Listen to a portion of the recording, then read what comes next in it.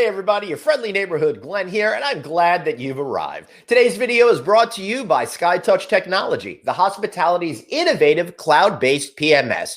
As the industry gets back to business, SkyTouch is rolling out great new features to boost employee productivity and success. Learn more about them at skytouchtechnology.com. Also, be sure to subscribe to our weekly newsletter by texting the word hotel to 66866 and visit our NovagETNews.com site and like us on Facebook and follow us on LinkedIn, and of course, subscribe to our YouTube channel.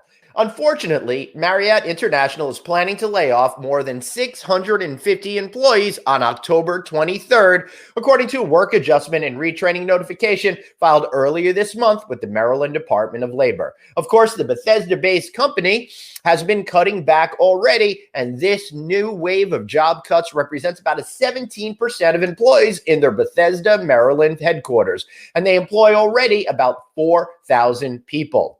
Marriott confirmed the pending layoffs, but are not saying who specifically is going to be affected. Very nerve-wracking time for a lot of folks at Marriott who did not take those offers to leave the company with the package earlier this year. But they're not the only company laying off major groups of employees. Hyatt laid off more than 1,300 employees earlier this year, while Hilton eliminated 2,100 employees themselves, more than 20% of their entire workforce also this summer. Accor Hotels is laying off 1,000 employees and is thinking about selling its Paris headquarters. So a lot of news there. What do I think of it? Well, major hotel companies are preparing for a long and deep hotel industry recession.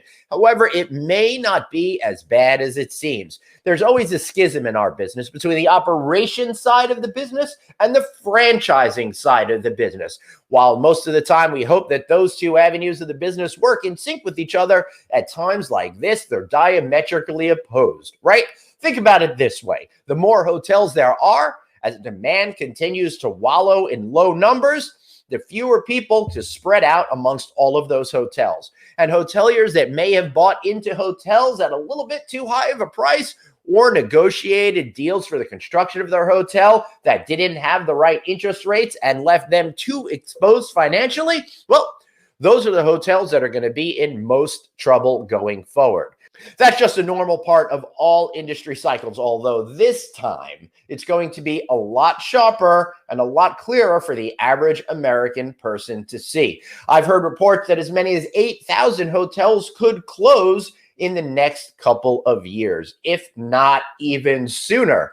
And that poses a danger to the individual hotel owners, but the culling effect may help all of the ones that remain. So again, mass closures, really horrible for those that are involved in it, and I do not want to minimize the impact that's going to have on the lives of tens of thousands of people. But for those that remain, I do want to stress that operating conditions will be better. I know it's cold comfort to a lot of people out there, but unfortunately, that is the reality.